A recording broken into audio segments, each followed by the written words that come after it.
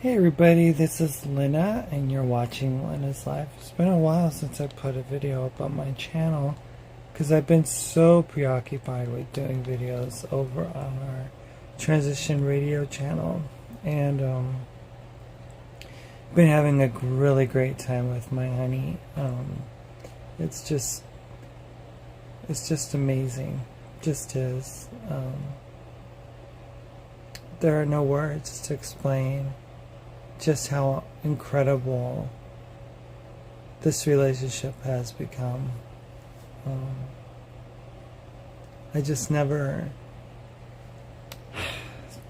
never experienced a love like this. And I mean, I know people are probably like, but you guys have been together for 6 years. And I'm like, yeah, it's true, we have.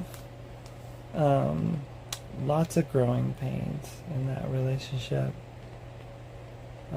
From the moment we met, I was in pain. And up until recently, that's what I've been in, is in pain. But it's been a lesson of growth. And just, when you transition, and you've been socially brought up as a certain gender and expected to perform in the certain mannerisms and customs and ways of a certain gender, you end up adopting things that, well, when you get married and you transition, those things aren't really suitable for the role that you have accepted. And although I've never been a really overtly masculine person at all, I was never really super effeminate either. I was just a quiet kid, kind of kept to myself and kind of shy, kind of reserved, and not able to freely respond in an emotional way. I kind of hid things back in my head because I was told that that's not how boys were supposed to behave, and stuff like that. It just gets complicated in a relationship where you are not that, and it's a relief not to have those expectations that are unnatural to you. Like for me, it was an unnatural thing, but it was something that I had to feel like I had to adopt, and so we got married, and my person who's lying next to me over here, he married a person that was very broken, very hurt, very abandoned, very damaged, and accepted that. And I remember when we first got married, he's like, I know you can't give me your whole heart right now, but can you promise me that you will someday? And I was like, yeah, I can. I think in healing that I can give you my whole heart. I can't right now, though, I told him. And it was like that for 6 years.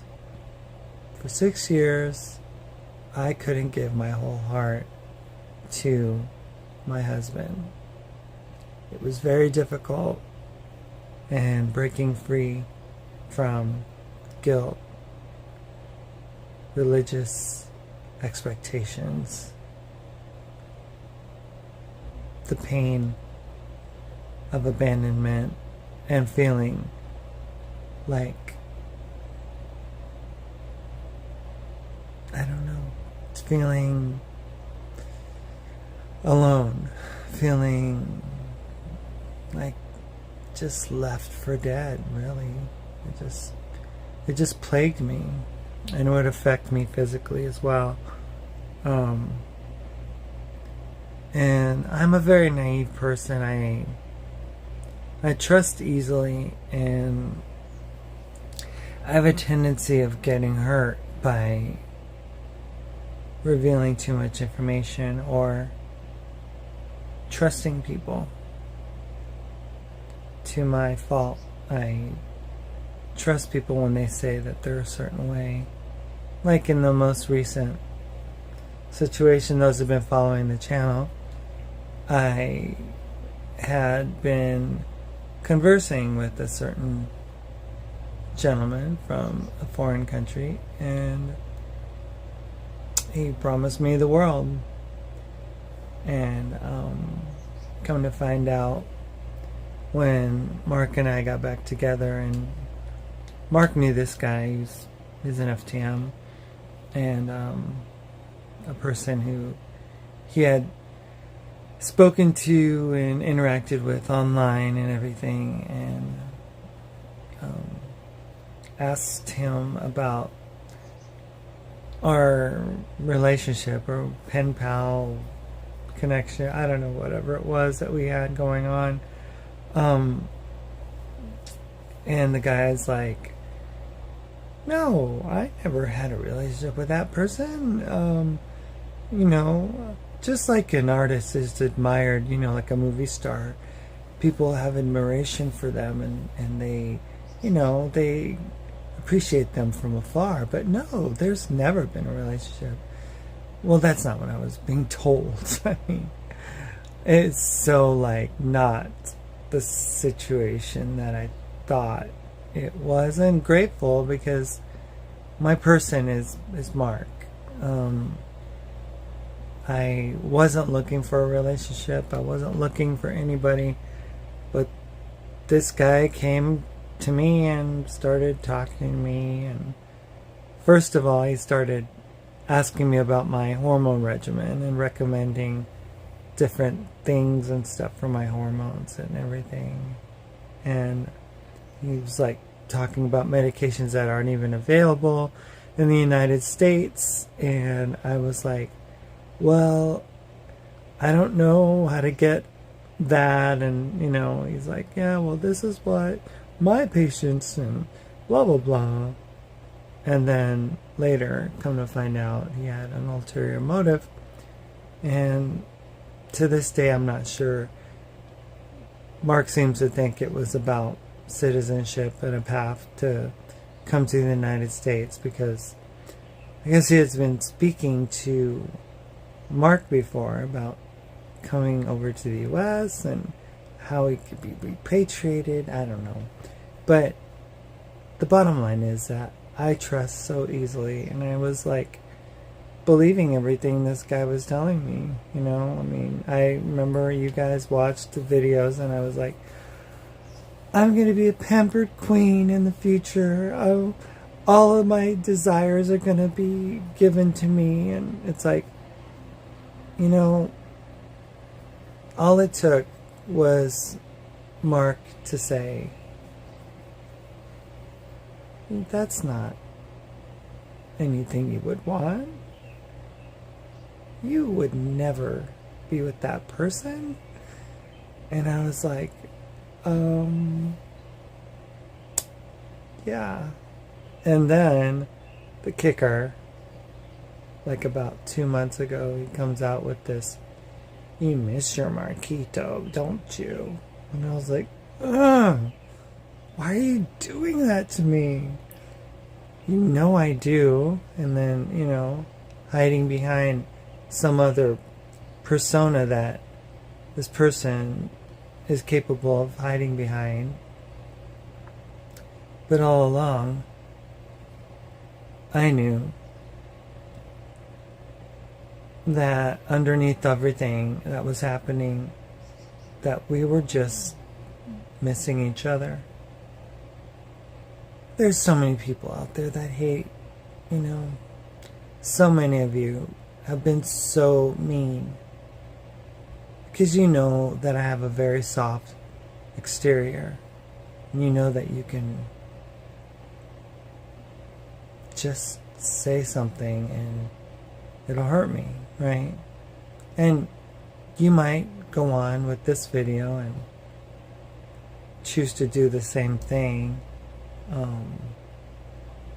And I can't stop you because, you know, I can block you, but I can't stop you. But it's sad because here I am sharing my life here.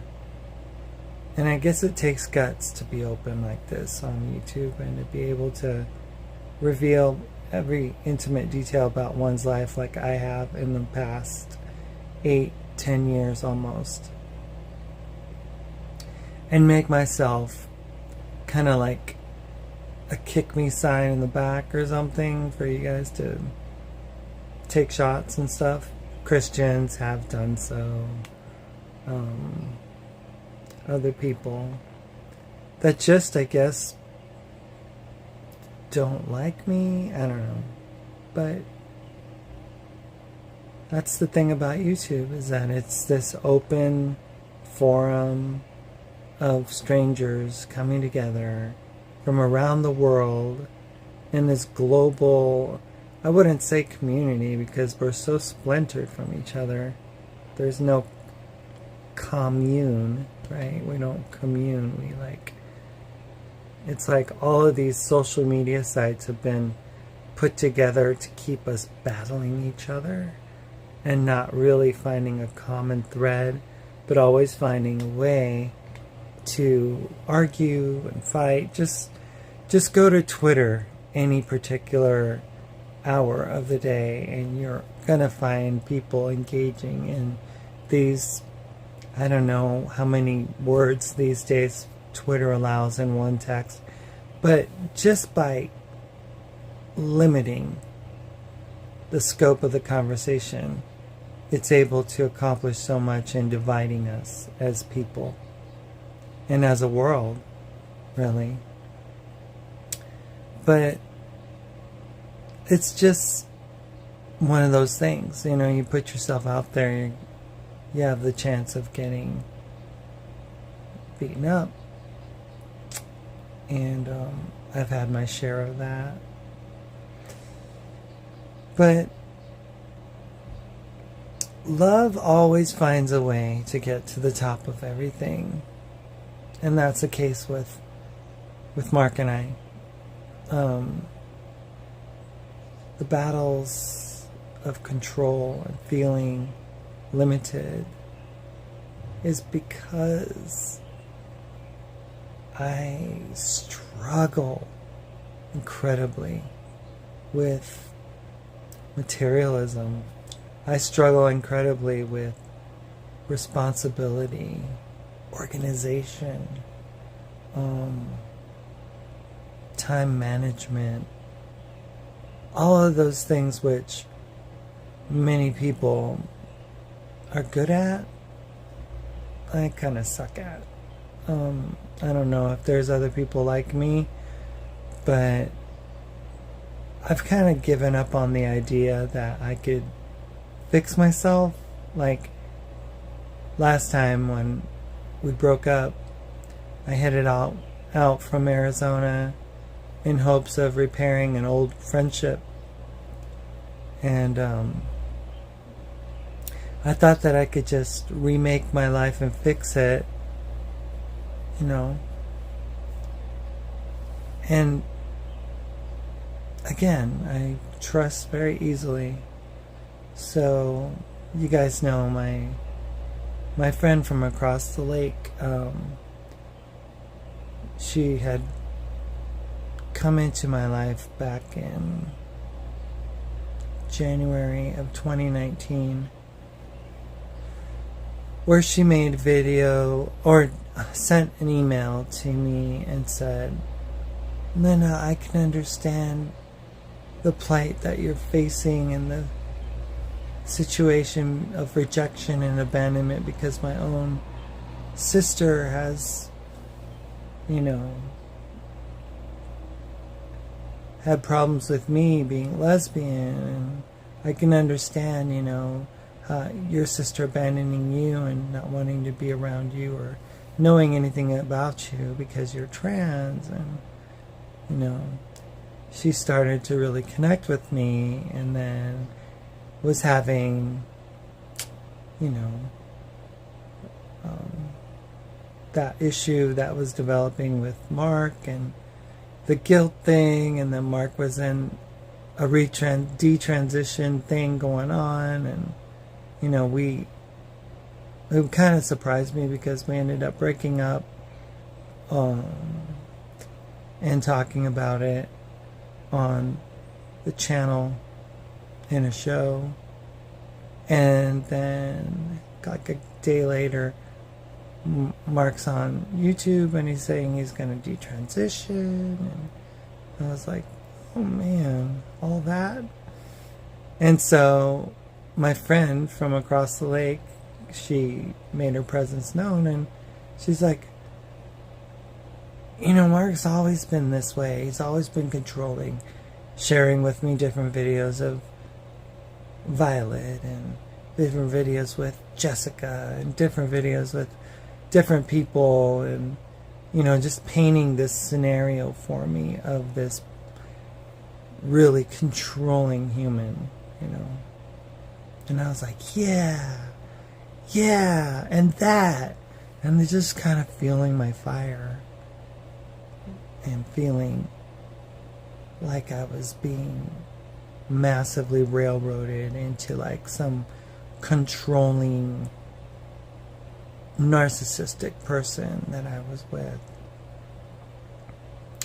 And come to find out now, after going around the circle with that whole narcissism thing that I would characterize Mark as having, come to realize now that none of that's true. That not only did he come into my life to protect me from others because he loves me, but to protect me from myself, knowing that I wasn't capable of doing certain things, not just because he wanted to control it, but because I don't know if it's because of the abandonment issues or anything, or what, or if I'm just like, I don't know, incapable of living my life by myself and making good decisions. But he recognized that early on. He recognized that. I mean, who actually flips their car down a mountainside? It's got to be a pretty irresponsible person to drive with one headlight and for hours. So there's something broken in me that doesn't allow me to make good decisions, good, responsible decisions. And like you guys have seen, most recently, 2 accidents. No, 2 in a week. Right, but that was he's reminding me that I had another accident in this year when I first got to this area. I was driving back to my friend's house across the lake, and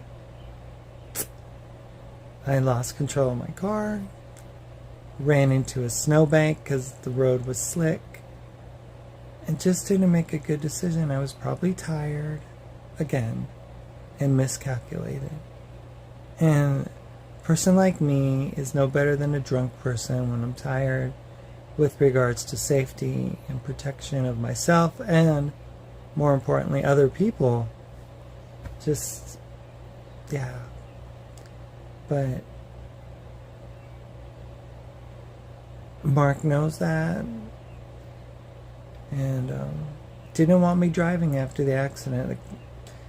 My doctor told me that I was just a whiplash away from being a paraplegic or quadriplegic. And Mark knows, right? Because he's a medical professional. He saw the x-rays. He saw the MRI. He knows that I'm put together and cobbled together with, not bone anymore in my neck, but, scar tissue. Just a bunch of scar tissue right now. And I attempted to work and be responsible and live my life in a way that I was trying to present a very mature and responsible person, but I ended up going, oh, I could work out of town and make money for Uber or DoorDash, and oh, it's no big deal. Let me just put it on the card, I'll just pay for it because I'm making more money now. And it's like I end up getting myself in debt just in hotels. I mean, just stupid stuff, you guys. I mean, I bought like a $350 makeup lotion thing. I just don't know the value of money. That's why I was the one supposed to be responsible for it. So I marry a person who's super gifted in that area. And I mistakenly assumed that by them telling me no, that they're trying to control my life, but again, trying to protect me from my worst enemy. Who's that? You say. You, me. For some reason, I can't get things together by myself. And so, I apologize to my friend. I pretty much just beg her and say that I would love to see her and hug her neck and say how much I appreciate what she did for me, because you guys know I ended up getting breast augmentation and it got paid for by this individual. And I just, when people do nice things like that, I feel very obligated to appreciate what they've done. And, I get here to the area here where I'm living in Lake Chelan, and my friend lives across the lake. She has me stay at her place, welcomes me back, proceeds to tell me the opposite of what Mark had told me. And she's like, so while you were making that video, Maritza was telling lies about you, was saying that you were just this crazed person with a emotional temperament of a 2-year-old, and all those things. And then what? So you're saying that everything that she said, that she made it sound like I said it? She's like, you see how diabolical they are? You see how evil they are in their intent, Lena? And I was like, gosh, wow, all this time I'm with this person, and all they wanted to do is control me. Thank you so much, friend across the lake. You've been such an inspiration for me. Thank you so much, And I was just so grateful. We celebrated. We had a wonderful meal. She's like, Lena, whatever you need, let me help you. She bought me this and that. I got a new TV from my place. She helped me with the security deposit on the condo, which I couldn't afford. She got me a massive plate set for like 50,000 people. That is, one plate is like 8 pounds, I think. And said, yeah, this is what women do. We nest. So we have our decor and we have our, our motifs and our feng shui, and the ways of the woman is to be like patterns and beautiful things. She got me a piano, which I'm grateful for. But she told me, I got you the piano because, last time you just left in your car. I didn't want you to leave this time, so I wanted you to have a piano because that way it guarantees that you're not going to just up and leave. You got a piano now. And heavy plates. And heavy plates. And it wasn't just one bicycle that was given to me, but, I was asked, oh, would you like to get this bike? And I was like, yeah. I was like, it just fed my materialism, right? I was just so excited about getting bicycles and stuff because, I used to love to cycle. Well, to be honest with you, I've ridden a bicycle. Let's see.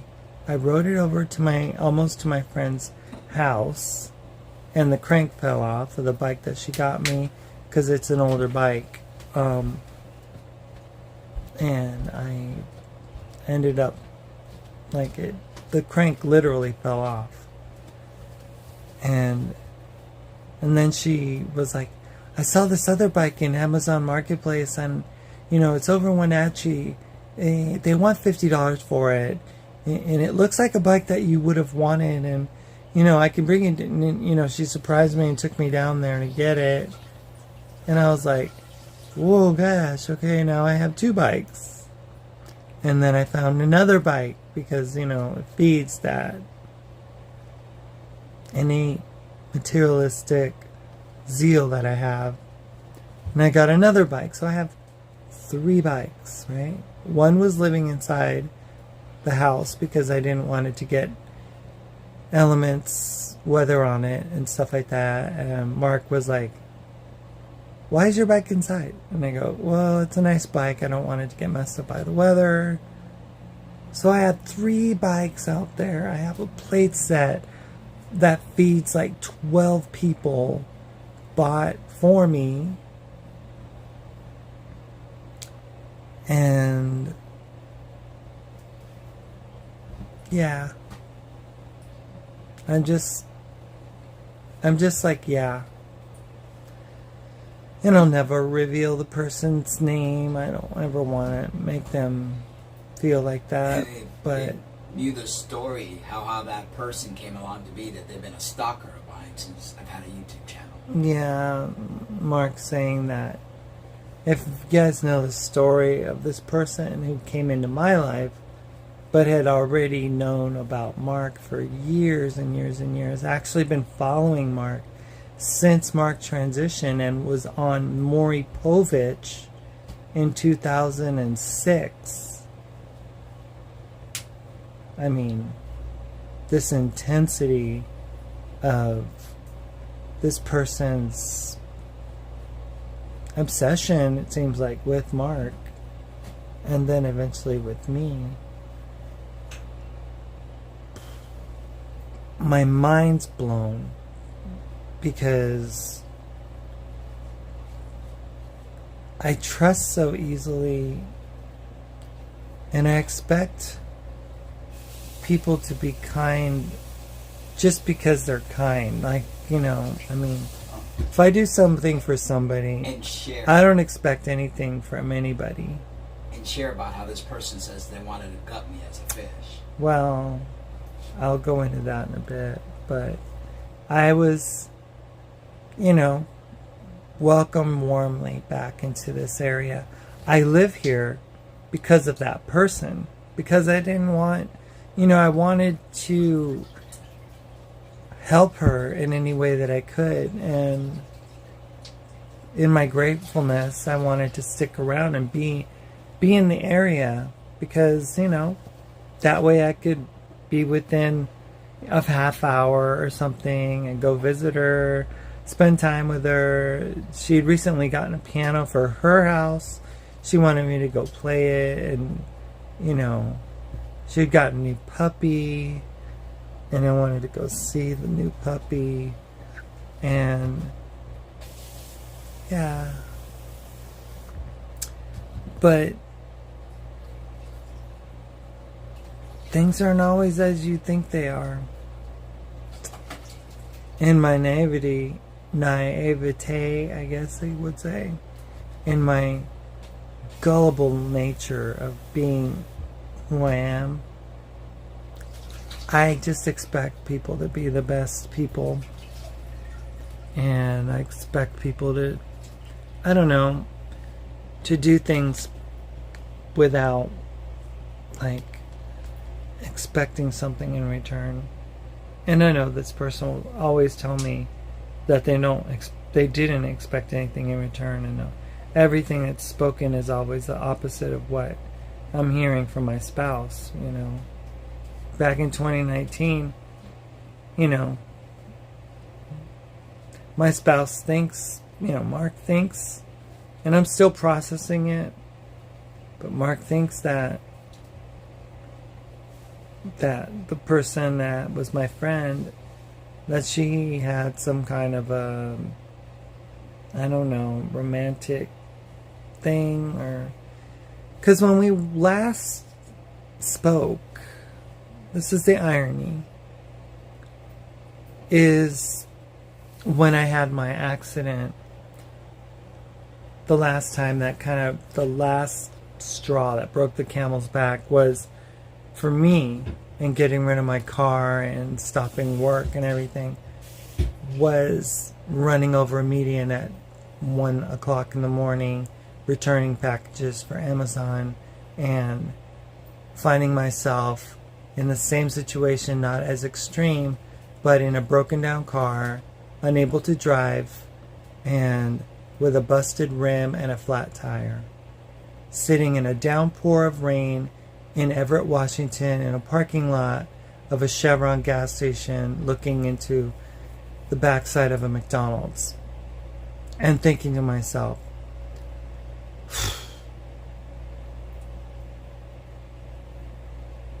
you've been here before. When are you going to learn your lesson? Is it going to take your death? Do you have a death wish on yourself? I just sat there in the downpour,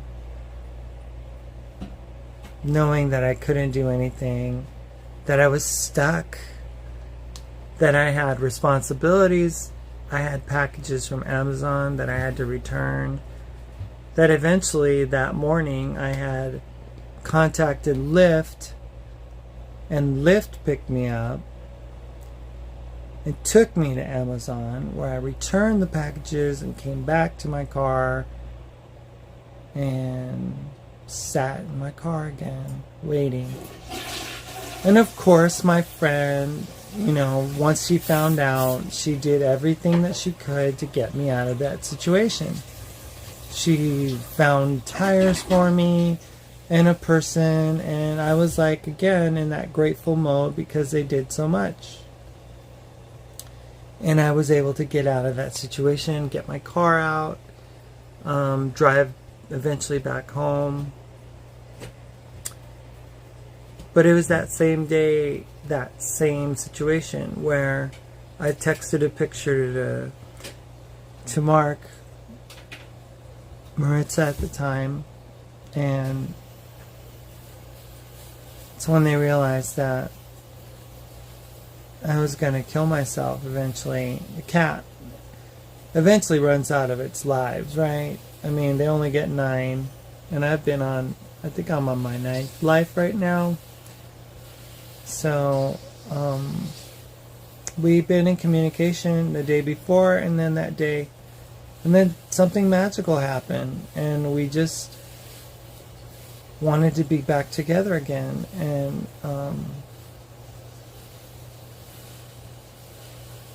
yeah, that's what happened. So I let my friend know about it, right?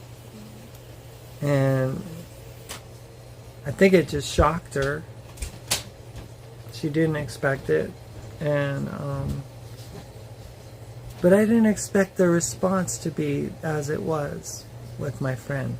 Because if you're a friend to somebody, you're just happy for them that they're finding peace, that, you know, I mean, Mark and I have been through the ringer, and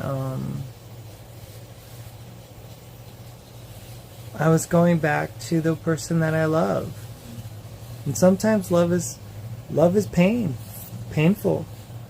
And we put each other through so many challenges and stuff. So, wow, put it all together, and it's like this crazy life that we've been living for the last 6 years, where, you know, again, given my abandonment issues and the gender issues that I have, I'm a basket case, right? I'm not all put together. And so I let my friend know, and she's very short and curt with her answers, like super like, be safe on the drive, stay alert, just stuff. And then she sends this video, which I thought was really odd. And it's that song by Sarah Bareilles, and she's singing it at the Hollywood Bowl by herself, performing it, in a sea of nobody, right? No chairs. It's like a COVID whatever special or something. The song title is "She Used to Be Mine." It struck me because she always said, Lena, Mark always said that, I had romantic inclinations for you, but you know that I didn't, right? You know that I don't. You know that, if I really wanted you, I could have done something in the house, or I could have approached you, because I know, I'm a lesbian. I mean, we pour on the charm, I was like, yeah, I know, you're my sister, you're my friend, you're a person that, has bought me dresses and bought me plates and got me a piano and got me way to get tires, and has been like, yeah, bought me lots of stuff. It's so confusing, you guys, because it's not for Mark, but it is for me, because I thought I had a friendship, and then I get back together with Mark, and it is just absolute silence from my friend from across the lake. Supposed to be my friend. And so I respond back to my friend while I'm on the trip with Mark, coming back here, and I'm like, I hope that everything's okay between us. I hope that you're alright. I know it's awkward. The next thing I get is a text that says, you're right. It's extremely awkward. I don't even know how to process this. I'm going to go to bed and, have a good night. Not alright. I'm not alright with this. I'm not okay. And I'm like, who in the hell do you think you are? I wouldn't be okay with whatever you would want, but I would never tell you. I just wouldn't, because it's none of my business. I'm here for you as your friend. But if I'm not okay with the relationship that you're in, do you think I would tell you? No, because it's not my life, it's yours. It's not my happiness, it's your happiness. And for you to say that you're not okay with my marriage, although, yeah, I don't understand it.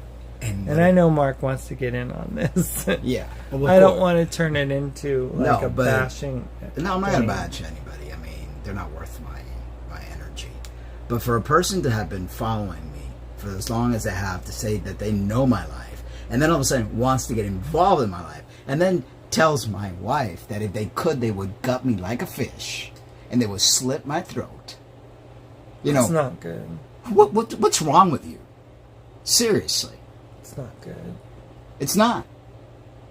It's not good. I mean, it's, you know, it's like you shall remain in anonymity. I fear that you are capable of doing whatever towards me because you hate me that much. I've done nothing to you.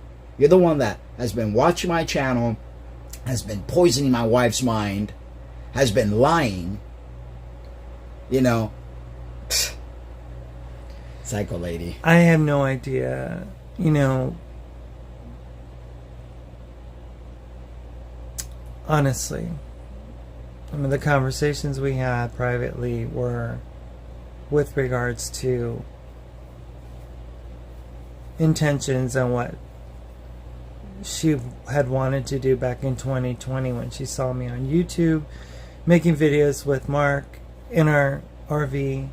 And yeah, it was ugly. Things that she said were like, you know, if I was not, you know, if I knew I was coming down with a terminal illness and I knew that I was gonna, you know, not be around, or that, you know, it wouldn't bother me to, you know, to murder somebody and, you know, cause them, you know.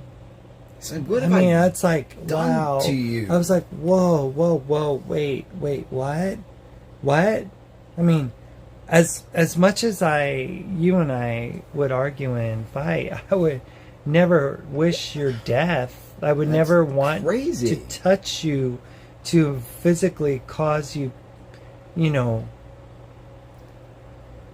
And this person has been the one that has been poisoning your mind regarding the whole control thing, and feeds your materialism and feeds all these things. I lived as a lesbian for years. I know how they think. So you may fool Lena, but you don't fool me. And be warned, if anything were to happen to me, you will be blamed. I just, you know, it's just sad. It just is sad because I trust so easily, and I never know what people's motives are because I don't have that filter. I just expect people to be kind, and they paint themselves as being kind. But when you want to gut my husband as a fish and you want to go in and slice his head off with a knife in an RV, there's something wrong with you.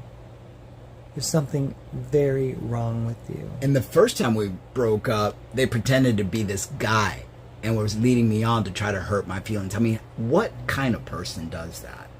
And it's like the same person that Alessandro, you know, befriends me for years to then hit on my wife. And knowing that since 2015, this Alessandro person has also been yeah, it's crazy. Just, you know, that's why what the internet is so toxic. That's what the internet is so freaking toxic, as I mentioned in my earlier video that's being downloaded right now. It is. It's a dangerous place, and come up with these weirdos. You know, you find all kinds of people that have all kinds of intentions and motivations and desires and stuff, and it's really a creepy place, you know, because here I am in Lake Chelan, across the lake from a person that I had confided in and trusted, and come to find out that I get back together with my husband and she cuts me off like I'm like not worth. Like a jealous lesbian would. I don't know all that. Well, I do. Mark knows all that, but I just, it's confusing to me. The moments that were shared and the times and, the help that I've gotten and the love from, the pets that she owns, and it's just hard, to put it all into this just, a crush from a lesbian that wanted me, and I don't know. It's just hard to. I know Mark says that. Well, put all the puzzle pieces together. But then I get the song "She Used to Be Mine," and I'm like, she was never yours. What does that mean? Person across the lake. What does that mean? She used to be mine. Never. When we got back together, Mark and I get back together. I get a video. She used to be mine, and then short, emotionless responses followed with I'm not okay with this. This is extremely awkward. I don't even know how to process this. I can't even, it's like emotionally understand what's happening. And yeah, I get it. I get it. I'm back together with Mark. I get it. And I know I told you, I said, I know it's awkward, but are you willing to work with me? Extremely awkward. And then it caused me to go, you know what? If this is how you feel, I don't want anything to do with you. So I blocked her on my messenger. I blocked her name on my phone. And then I unblocked after a couple of days. And I've sent messages since, but I did nothing to you for you to do this to me. But, same thing happened a month ago or so, or 3 weeks ago in Portland. So I'm just not a very good judge of character, and compatibility of people for me, because I don't know, I'm just not a good judge. At least I made a good decision here, right? I made a really good decision here, because I found, although my twin flame has caused me to really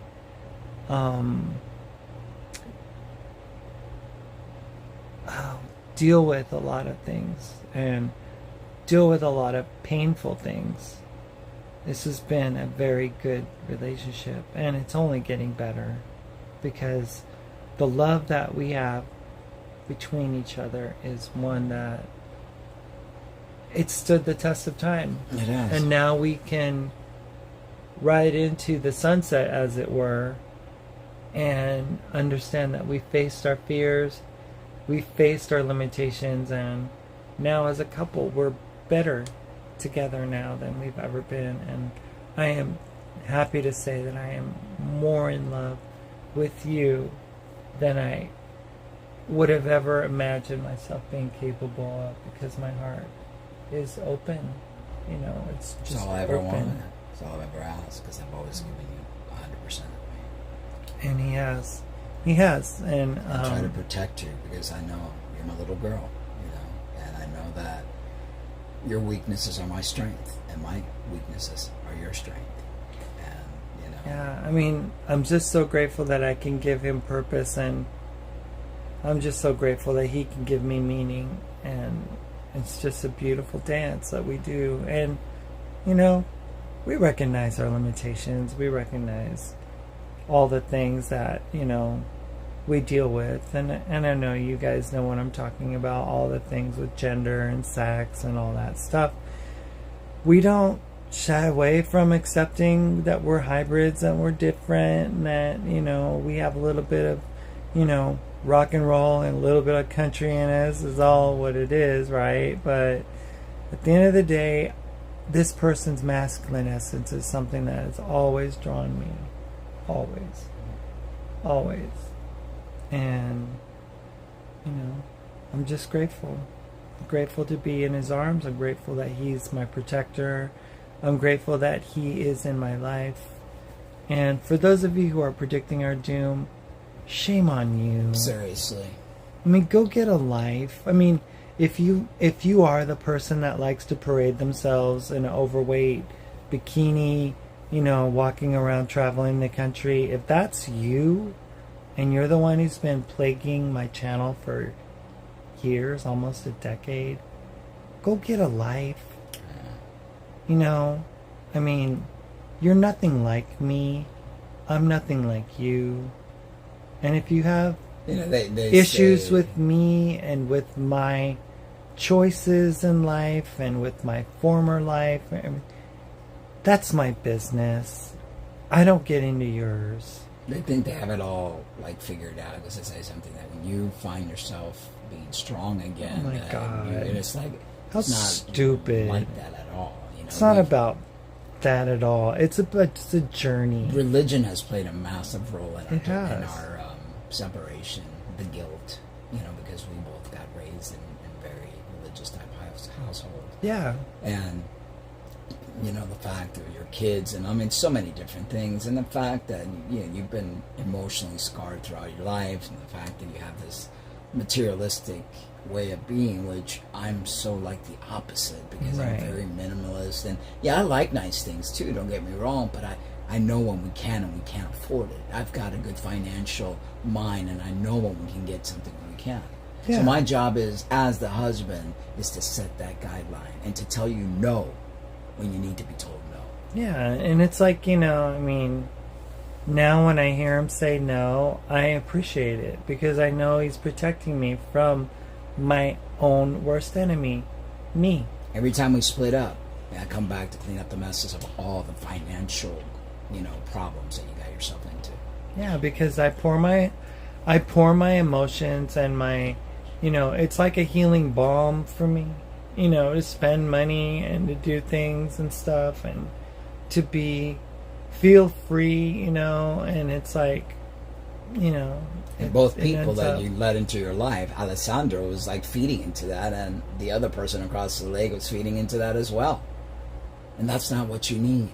Yeah. So we recently got rid of most of those plates and that whole set because it's a symbol of weight. Yeah. It's a symbol of materialism. It's a symbol of excess. Yeah.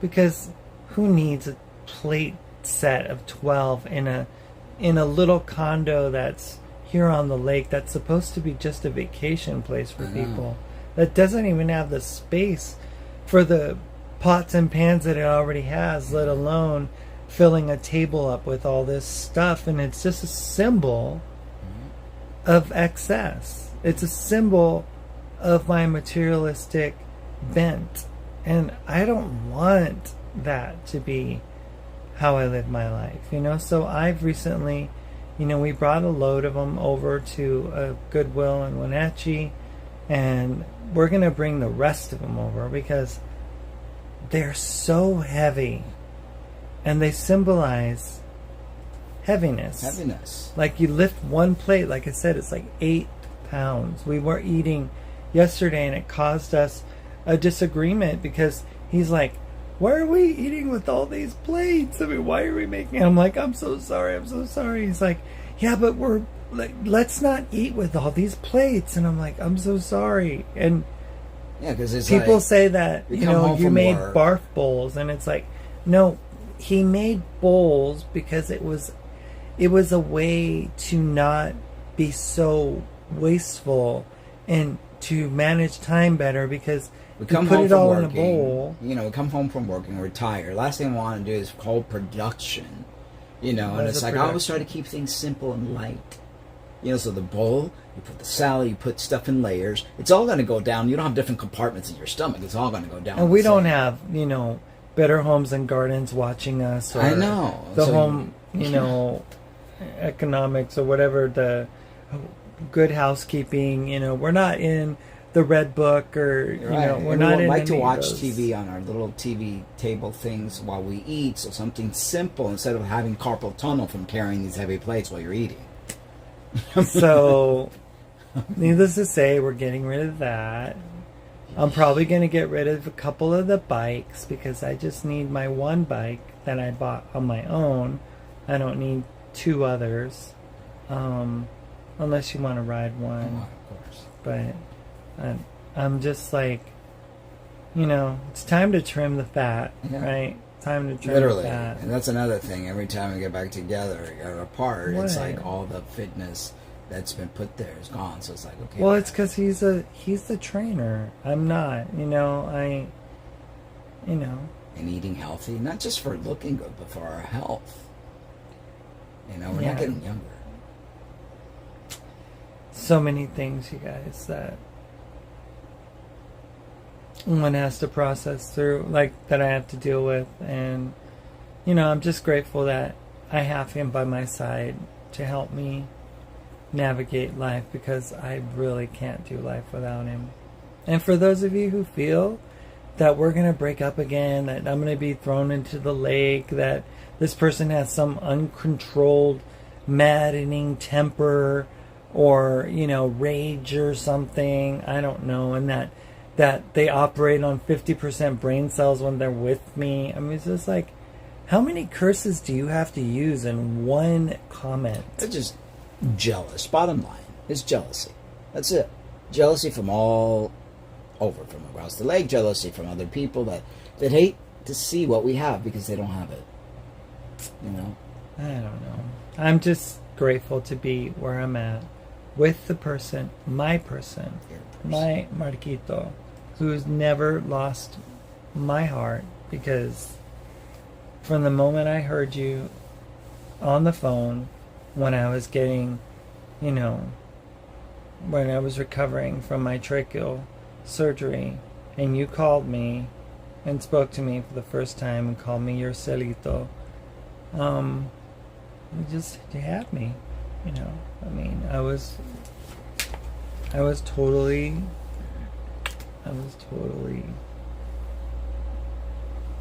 enchanted. Twin. I love you so much. Thank you for coming into my life. And Always. thank you for making your love such a huge part of my life. I've needed love, and I'm just gonna let you love me, and I'm just gonna, you know, be your wife and live life in peace and harmony, and stay away from others, right? Especially for those who want to gut me like a fish and slit my throat. Yeah, that's not good. That's not good. I know people think it's extreme, but it's not. It's true. It's what was said. And yeah, I don't even know what to think anymore. And I hope that we never speak ever again. There's really nothing. Nothing to say. There's really nothing to say. Not after that kind of stuff. I mean, There's no way that any kind of friendship can develop from anything like that. That's just when you want to kill somebody. Crazy stuff. I don't even know if YouTube's gonna allow this video on because we talked about it, but it's dangerous.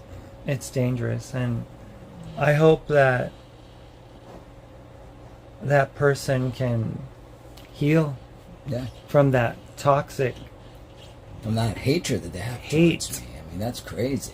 You know, that's just bizarre. I've never done anything to you, lady. And we won't be here, you know, because we don't feel safe here. And this isn't really conducive to our life. I mean, it's beautiful to have a lake home. Don't get me wrong. Yeah, but It's just- wonderful, but it's not practical. It's not. You have people coming in and out. Like, we got rid of the people yesterday, another set of people, and then they make noise all through the night. And Leave cans on our deck. And, yeah, we come home tired from a long day at work, and it's like...